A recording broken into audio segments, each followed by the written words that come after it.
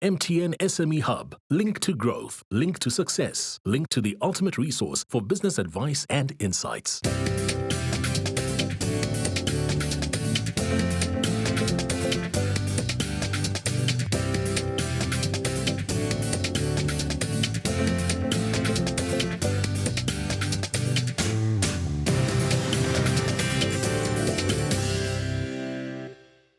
Welcome to the Big Small Business Show, the show for all our wonderful entrepreneurs out there. And today we are talking to an entrepreneur who is in the food industry, not the food preparation, but the food retail industry. Her name is Ameera Cassim, and she's the founder of Green Dot Café.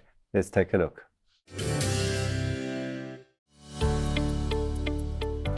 My name is Ameera Cassim. I'm the founder and owner of Green Dot Café.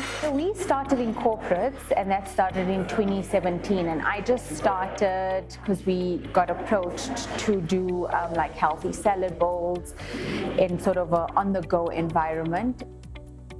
Part of the name comes cafe, and for me, cafe means street culture. And why I say that is because when I was younger, I traveled abroad quite extensively, and part of that was traveling to Europe, and all their cafes are on the street.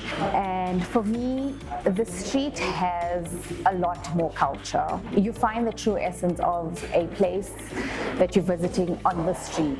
It was my first retail lease signing, and I was like, okay, shucks, I'm responsible for this amount every month, and it was a huge thing that was weighing on my shoulder financially, and I was like, okay, let's first give it a try, you know.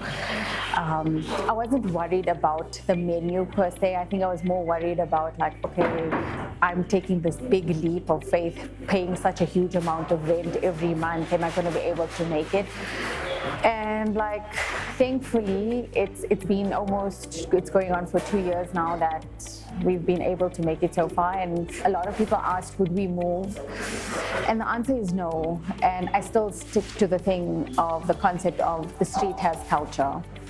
The menu is not only owed to my thought process. It's a lot got to do with the entire team. And when I talk of the entire team, I'm talking of the back of house, we got input from them. So the two head chefs. I would think it's more on a global palette, a palette that can suit, pretty much anybody that walks through the door. One of the biggest challenges we face today is from suppliers, especially from fresh produce. Are we able to withhold and keep all those ingredients throughout the year? Because we don't want to end up having a situation where it becomes seasonal and then our customers feel disappointed that we've misled them. Predominantly, our consumers are Muslim, and then our first fasting month, it went like into a massive drop. And for me, that was a huge shock because it was like we were always busy, like weekends we were always busy, and now it was like, okay, what are we going to do? And like that was my first biggest worry, was like, okay, how am I going to make it? So we packaged stuff, we started selling our banana bread, we started doing pre-packed desserts. This year we did our pistachio faluda, and it skyrocketed off the shelf. So it was about finding a solution and how to pivot. I always get asked this question, like how do I do it? And people think like it's a magic wand. No, it isn't a magic wand. You know, I think the first and foremost is you got to stay true to who you are. Know who you are. And the reason why I say this is because if I had this opportunity to open up the retail site before COVID, I wouldn't have managed. I know that. My mind knows that. And the reason is dealing with over 35 staff members is a lot. So there's this site and there's our corporate site. So there's a lot of human overload. I had spent 2 years working with a life coach, unpacking everything out of my mind, and God knew that I was ready after that to open the store and take on more and conquer more, because your mind is your most powerful tool, and if that's not cleared up, sorted out, you can open up 10 businesses, you probably are not going to make it as far as what you possibly want it to. We get a lot of requests almost every weekend. Are you ready to franchise? Can we franchise? So that's definitely on the cards for 2025. So we do want to franchise. But the model we want to franchise would probably be a little bit different because running this restaurant is a lot of work. It's a 24/7 job. It's not something that you just wake up overnight, get into, and you know the ins and outs of it. It is quite, it does come with its challenges, but purely you have to have the passion and the grit for it. But most definitely the future of it is we would like to franchise. But also part of me, we are working on 2 new concepts that's related to the Green Dot group of companies, so not related to Green Dot Café. So it will be entirely 2 different concepts. Well, first in South Africa, so hoping that it does take off. We would really like Allon to come on board to help us, to give us that guidance and that push to scalability in an organic way. Let me put it that way, organic scalability. Welcome to the Big Small Business Show. Thank you, Allon. So in the insert, you spoke about franchising in a different way. Yes. What does that mean? So for me, franchising is a way to get our footprint out, which we do want to do.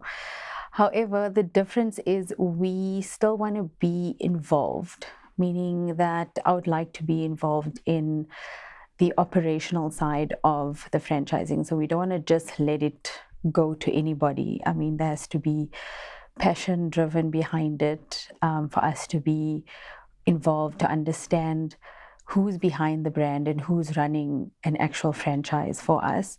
So we want to be the ins and outs of that going forward. So what is the role then of the franchisee if you want to be running it? So I think it's more behind the scenes, but just making sure quality control is being kept and up to date. Because I know a lot of concerns come from, okay, if you franchise, do you lose the credibility? Do you lose the quality? Do you lose your name that you've built up for so long? And I think that's one of the biggest challenges, or my fears, I could say, that how do we balance that of not losing the quality and the name that we've built for ourselves, but also wanting to expand. And so why franchise and not own? Why not company own and put a manager? Or is it because from a capital perspective, it releases capital for growth? I think that's a small aspect, but I also think I'm only one person. I mean, if I could divide myself or multiply myself by 20, I would.